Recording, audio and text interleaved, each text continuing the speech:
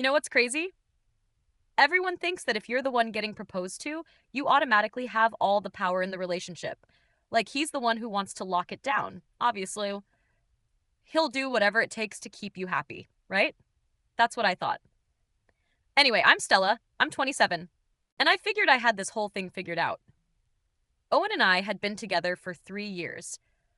3 solid years where I thought I was playing chess while he was playing checkers. We met at some mutual friends party, and honestly, he wasn't even my type at first. Not the guy I usually went for, you know, but he was stable, had his together, worked in some office job, doing paperwork that honestly bored me to tears when he tried to explain it. But stable was good. Stable meant marriage material. And at 27, with all my friends, either engaged or married, stable was exactly what I needed. Owen was the kind of guy who'd remember to pick up groceries without being asked, who'd drive me to the airport at 5 a.m. without complaining, who'd listen to me vent about my manager at work and actually seem interested. He was reliable in that way. That should have made me grateful, but instead, just made me feel secure enough to test boundaries. Looking back now, I think that's when everything started going sideways. When I got too comfortable assuming he'd never actually leave, because guys like Owen don't just walk away from 3 year relationships, right? They're too invested, too nice, too worried about starting over. At least that's what I convinced myself of when I started implementing what I now realize was probably the dumbest strategy in relationship history. But at the time, it felt genius. It felt like I was finally taking control of my own timeline instead of just waiting around for him to decide when he was ready to propose. See, I had this theory. If I made myself less available, especially in the bedroom, he'd realize what he could lose and finally step up. It wasn't like I was being mean about it or anything. I just pulled back, started treating intimacy like a reward system instead of something we both enjoyed. I figured scarcity creates value. Right? That's basic economics. And honestly, I was getting tired of him getting comfortable while I was still waiting for a ring. 3 years is long enough to know if you want to marry someone. And I was done being the cool girlfriend who never brought up the future. So, yeah, I started my little experiment, and for a while there, I thought I was winning. The thing about Owen was that he never really fought back when I started changing the rules. That should have been my first red flag, honestly. Like when I started making excuses about being tired or having headaches or just not being in the mood, he didn't push. He didn't get angry or demanding like some guys would. He just accepted it, which at the time I took as proof that he respected me and my boundaries. Looking back, I think he was just checking out mentally, but I was too focused on my master plan to notice. I mean, we still did stuff sometimes, but I made sure it was on my terms when I wanted to, and only after he'd done something to earn it. Took me out somewhere nice, helped me with something around my apartment, bought me those expensive face masks I liked. I turned our entire relationship into this weird transaction system where I was always the one holding the cards. And the crazy thing is, I actually started to believe that this was how relationships were supposed to work. That I was being smart and strategic instead of, manipulative as hell. I'd watch him trying to figure out what he'd done wrong when I'd suddenly get cold. And instead of feeling bad about it, I felt powerful. Like I was finally in control of something, instead of just waiting around for him to make decisions about our future. My sister Paige kept telling me I was playing with fire, but I thought she was just jealous because her boyfriend at the time was a complete loser who couldn't even hold down a job. What did she know about relationship strategy? Owen was devoted to me, maybe even a little obsessed, and I was just using that to my advantage. That's what smart women do, right? We use what we have to get what we want. And what I wanted was a ring on my finger before my 28th birthday. I had it all planned out in my head, the proposal, the wedding, the whole timeline. I just needed Owen to catch up to my vision. So, I kept pulling back, kept making him work for every little bit of affection, convinced that any day now, he'd realize he needed to lock me down before he lost me. God, I was such an idiot. Owen started working later, which I initially took as a good sign. Like maybe he was saving up for a ring or planning something special. He'd come home around 8 or 9 instead of his usual 6, looking tired and kind of distant. When I'd ask about his day, he'd give me these one word answers that honestly started to piss me off. I mean, I'm trying to have a conversation here, and he's acting like I'm bothering him. So naturally, I pulled back even more. If he wanted to be all moody and unavailable, fine. Two could play that game. I started making plans without him, going out with my coworkers more often, posting pictures on Facebook where I looked amazing and happy without him in the frame. Let him wonder what I was up to for once. The funny thing is, he never asked, never seemed jealous or worried about me being out without him. Just said, have fun. When I'd tell him I was going out with Madison and the girls from work, which honestly should have concerned me more than it did, but I was too busy being proud of myself for not being the clingy girlfriend who needed constant reassurance. I was independent, mysterious, keeping him on his toes. That's what all the relationship advice articles said to do, right? Don't be too available. Maintain your own life. Make him chase you. What they don't tell you is what happens when he stops chasing entirely. When Owen started going to bed earlier than me, I told myself it was just work stress. When he stopped trying to initiate anything physical, I convinced myself my strategy was working and he was learning to respect my boundaries. When he stopped bringing me little surprises or planning date nights, I figured he was finally understanding that he needed to step up his game if he wanted my attention. I was creating the perfect conditions for a proposal, making him realize what life would be like without me. Except apparently, I was actually giving him a preview of what life would be like without me. And he was discovering that it wasn't nearly as devastating as I thought it would be. But I was too wrapped up in my own narrative to see what was really happening. I thought I was training him to value me more. Turns out, I was just teaching him how to live without me. By month 6 of my brilliant strategy, Owen had basically turned into a roommate who occasionally said good morning. We were living together, but existing in completely separate worlds. And somehow I'd convinced myself this was exactly where I wanted him. Grateful for whatever scraps of attention I threw his way, desperate to win back my affection, ready to do whatever it took to make me happy again. Except, he wasn't desperate. He wasn't grateful. He was just done. But I couldn't see it because I was too busy being impressed with my own manipulation skills. When he'd come home from work and go straight to his computer or start reading some book, I'd tell myself he was giving me space to come to him. When he stopped complaining about our non-existent sex life, I thought I'd successfully trained him to be patient. When he stopped trying to plan romantic dinners or surprise me with things I liked, I figured he was saving his energy for the big proposal moment. I mean, that had to be what this was building up to, right? All this distance and tension had to be leading somewhere. Guys don't just accept a complete shutdown in intimacy unless they're planning something big, unless they're working up the courage to take the next step. I had convinced myself that Owen's withdrawal was actually him preparing to level up our relationship. Like he was pulling back to create space for something bigger and better. And yeah, okay, maybe I was getting a little impatient with how long it was taking. Maybe I started dropping even bigger hints about marriage, talking about my friends' engagement rings when we'd scroll through Facebook together, mentioning how nice it would be to have a wedding in the spring. But I wasn't being desperate or anything. I was just guiding him toward the obvious conclusion. The conclusion that any reasonable person would reach after 3 years, together, and a girlfriend who was clearly ready to take things to the next level. What I didn't realize was that Owen had reached a conclusion too. Just not the one I was expecting.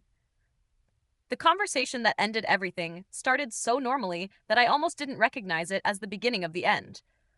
Owen came home from work on a Thursday, which was weird because he'd been staying late most nights, and found me on the couch watching some reality show about people renovating houses. I was in full comfort mode. Messy bun, old college sweatshirt. The works. Not exactly trying to be seductive, but that was kind of the point, right? I wasn't going to reward him for finally coming home at a decent hour. He needed to earn back my attention after all those late nights and weird distant behavior. So when he sat down next to me and said we needed to talk, I figured he was finally ready to have the conversation about our future. Maybe apologize for being so checked out lately, promise to be more present, ask what he could do to make me happy. You know, all the stuff that comes before the big romantic gesture. But instead, he started asking me these questions that caught me completely off guard. Like whether I was happy in our relationship, whether I felt like we were compatible long term, whether I thought we wanted the same things. And I'm sitting there thinking, duh, of course we want the same things. We want to get married and build a life together. That's literally what I've been working toward this entire time. So I told him, yes, obviously, we're perfect together. We just need to take the next step. That's when he got this weird look on his face and said something that made my blood freeze. He said he'd been doing some thinking about our physical relationship, about how things had changed over the past few months, about how I seemed less interested in being intimate with him. And before I could explain my strategy or tell him that it was all building towards something better, he said the words that completely derailed my entire plan. He said he didn't think we were sexually compatible, that he couldn't imagine spending the rest of his life in a relationship where intimacy felt like a chore or a favor, that he deserved to be with someone who actually wanted him, not someone who treated physical affection like a bargaining chip. I started to panic because this wasn't how it was supposed to go. He was supposed to realize how much he needed me, not question whether we belonged together at all. That's when I made my biggest mistake.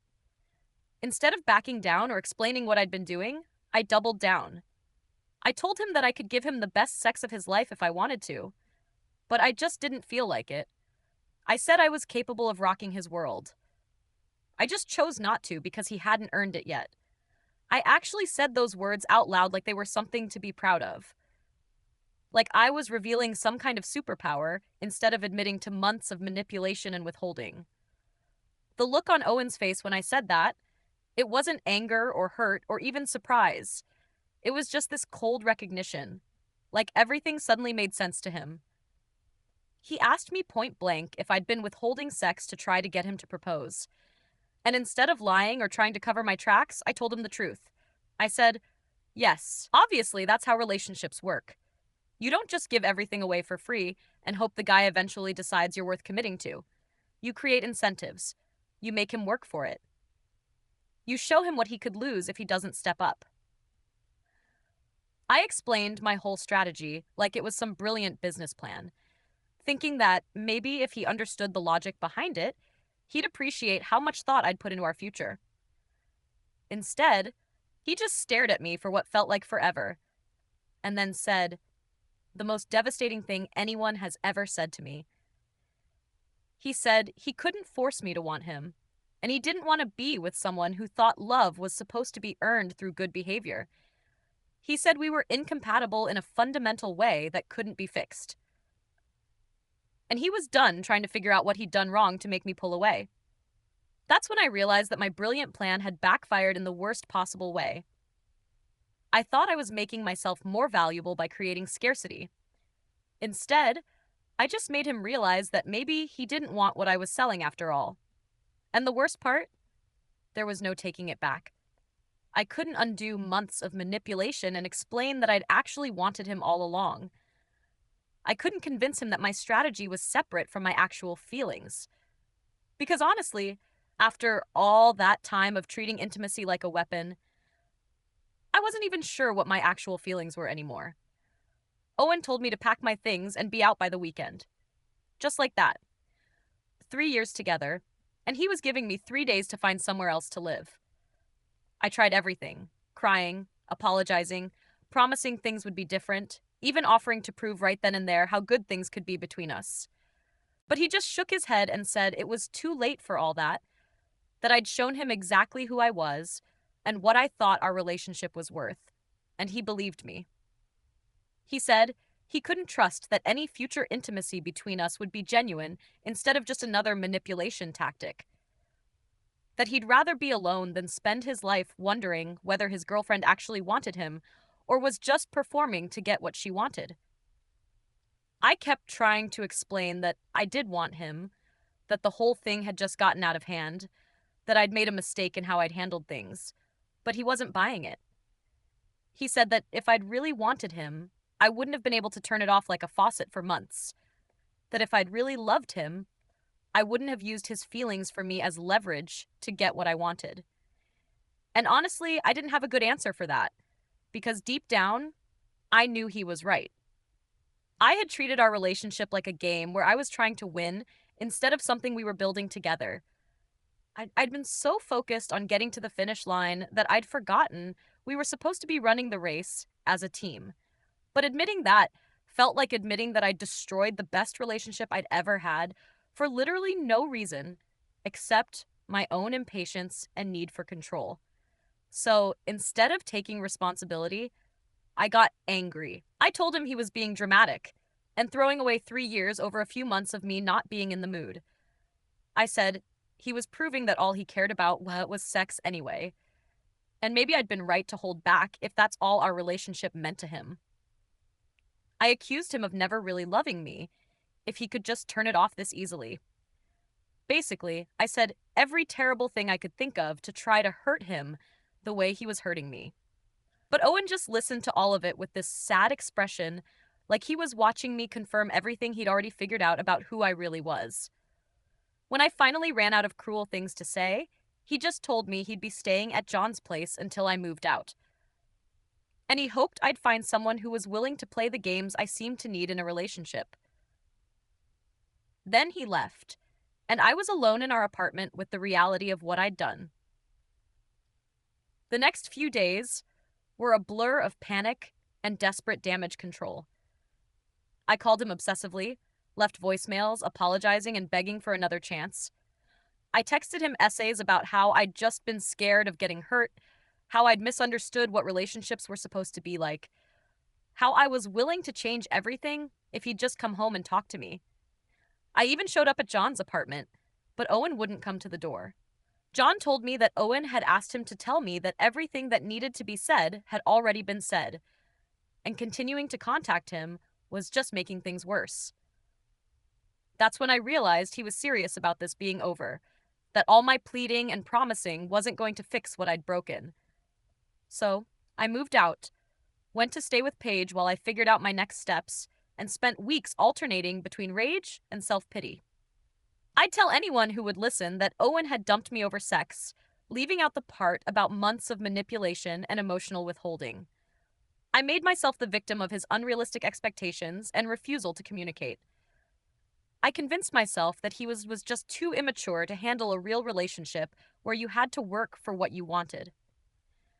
But even as I was spinning that narrative, I knew it wasn't true. I knew I'd up in a way that couldn't be undone.